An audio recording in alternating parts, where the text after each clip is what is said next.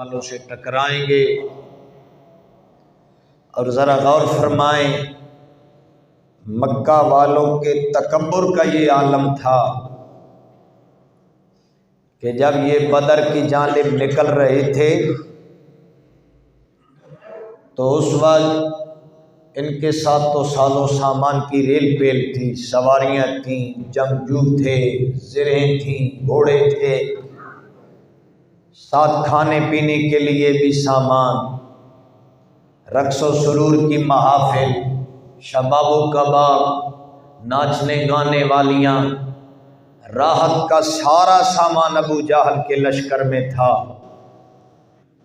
اور ابو جہل اپنی فوج کو کہہ رہا تھا کہ تم نے بدر کے میدان میں جا کے تلوار نہیں چلانی، اپنے نیزوں کو حرکت نہیں دینی، بس رسیاں لے لو، ایک ایک مسلمان کو پکڑتے جانا ہے اور رسیوں میں جگڑتے جانا ہے، کیونکہ وہ ہیں ہی تھوڑے سے۔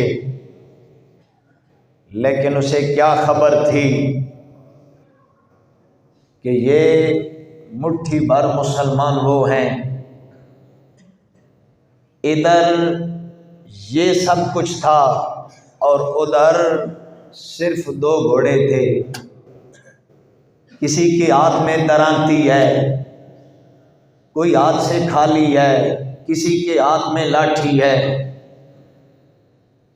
اور چاند اونٹنیاں ہیں۔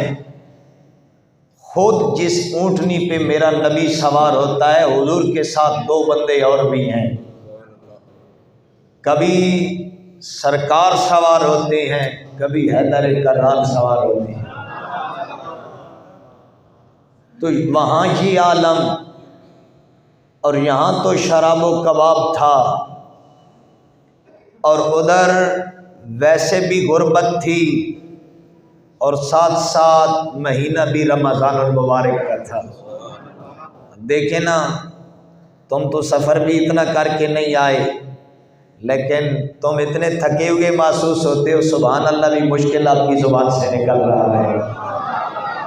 لیکن اندازہ لگائیں، گرمی عرب کی، سخت دھوپ، جمعہ کا دن، اور پھر بدر کا میدان، بھوک اور افلاس کا یہ عالم۔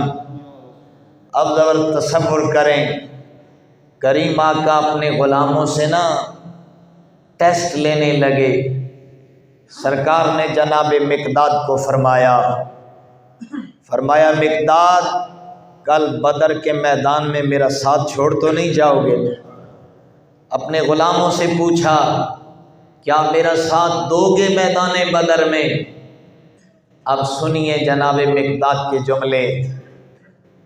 حضرت مقداد رضی اللہ تعالیٰ عنہ عرض کرنے لگے، یا رسول اللہ، آپ ایک میدان بدر کی بات کرتے ہیں، اگر آپ حکم فرمائیں ہم دریا میں چھلانگیں لگانے کے لیے بھی تیار ہیں، آپ کے لیے اپنے جسم کے ٹکڑے کروانے کے لیے تیار ہیں۔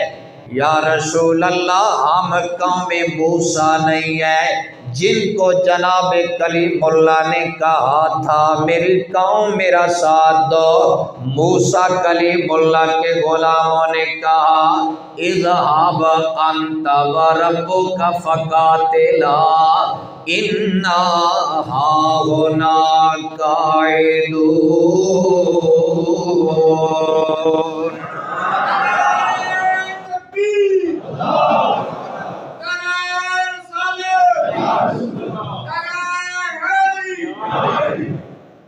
ہم وہ قوم نہیں ہیں جس طرح موسیٰ کی قوم نے کہا، اذهب انت وربک فقاتلا۔ موسیٰ نے کہا آؤ نکلیں فرعون کے مقابلے میں۔ قوم کہنے لگی، تو جا اپنے رب کو بولا، تو اور تیرا رب جائیں، ہم تو بس یہاں ہی بیٹھ کر تماشا دیکھیں گے، ہم لڑنے والے نہیں ہیں۔ جناب مقداد کہنے لگے، یا رسول اللہ، ہم قوم موسیٰ نہیں ہیں، ہم مصطفیٰ کے غلام ہیں۔ بحر ظلمات میں دوڑا دیے گھوڑے ہم نے. یہ میرے بھائی میرے نبی کے غلام ہیں، ٹکرانے لگے ہیں آقا کریم کے غلام باطل سے. اور پھر سعد بن معاذ کی باری آئی، جناب سعد نے بھی اسی قسم کا جواب دیا. ذرا تصور کیجئے، ایک سائیڈ پہ رقص و سرور کی محافل ہے، شراب و کباب چل رہا ہے، دوسری سائیڈ پہ میرے کریم کے غلام ہیں. میرے نبی نے مصلی بچھایا اور حضور نے دعا شروع کر دی. ذرا تصور کیجئے، ہزاروں کا مجمع ایک طرف، 313 ایک طرف، اور سارے جنگجو بھی نہیں ہے. ان 313 کے اندر بھی کسی کی عمر 15 سال ہے، کسی کی عمر 16 سال ہے، کسی کی عمر 20 سال ہے. یہ کچے بھی ہیں، پکے بھی ہیں، یہ کمزور بھی ان کے اندر ہے. میرے کریم آقا نے جو دعا کی ذرا تصور کیجئے. آقا کریم نے عرض کی، اللہم ان تہلک ہذہ العصابہ لن تعبد ابدا. اے میرے اللہ، اگر یہ میرے مٹھی پر فقیر آج مارے گئے، میرے غلام اگر آج چلے گئے، ترس جائے گی تیری زمین سجدوں کو. یا اللہ اگر میرے یہ غلام مارے گئے نا تو زمین تیری آئندہ سجدہ کرنے والا کوئی نہیں ہوگا، اسلام ہمیشہ کے لیے مٹ جائے گا. یہ ہے مقام ناز. رب کہہ سکتا تھا، اے میرے حبیب کیا میری زمین تیرے غلاموں کے سجدوں کی محتاج ہے؟ کیا تیرے غلام میرا ذکر نہیں کریں گے، تیری عبادت نہیں کریں گے تو میرا ذکر کرنے والا کوئی نہیں ہوگا؟ کیا میری شان میں کوئی کمی آ جائے گی؟ رب یہ جواب دے سکتا تھا. وہ بے نیاز ہے کہ نہیں ہے؟ بولیے نا یار، ہے نا رب بے نیاز؟ رب بے نیاز ہے. اگر رب چاہتا تو جواب دے دیتا. مصطفیٰ یہ کیا کہہ رہے ہو؟ اے میرے حبیب یہ کیسی بات کر رہا ہے؟ اللہم ان تہلک ہذہ العصابہ، اے میرے اللہ اگر یہ مٹھی بھر میرے غلام ختم ہو گئے، یہ مسکین چلے گئے، یہ فقیر اگر اس جہان میں نہ رہے، تیری عبادت کرنے والا کوئی نہیں رہے گا. کیا میری عبادت تیرے غلاموں کی محتاج ہے؟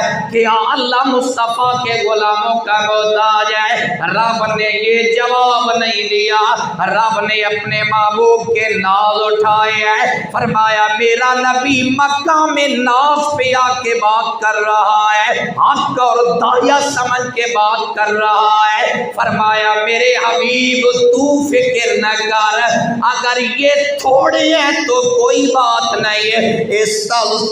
تستغیثون ربکم فاستجاب لکم انی ممدکم بألف من الملائکۃ مردفین.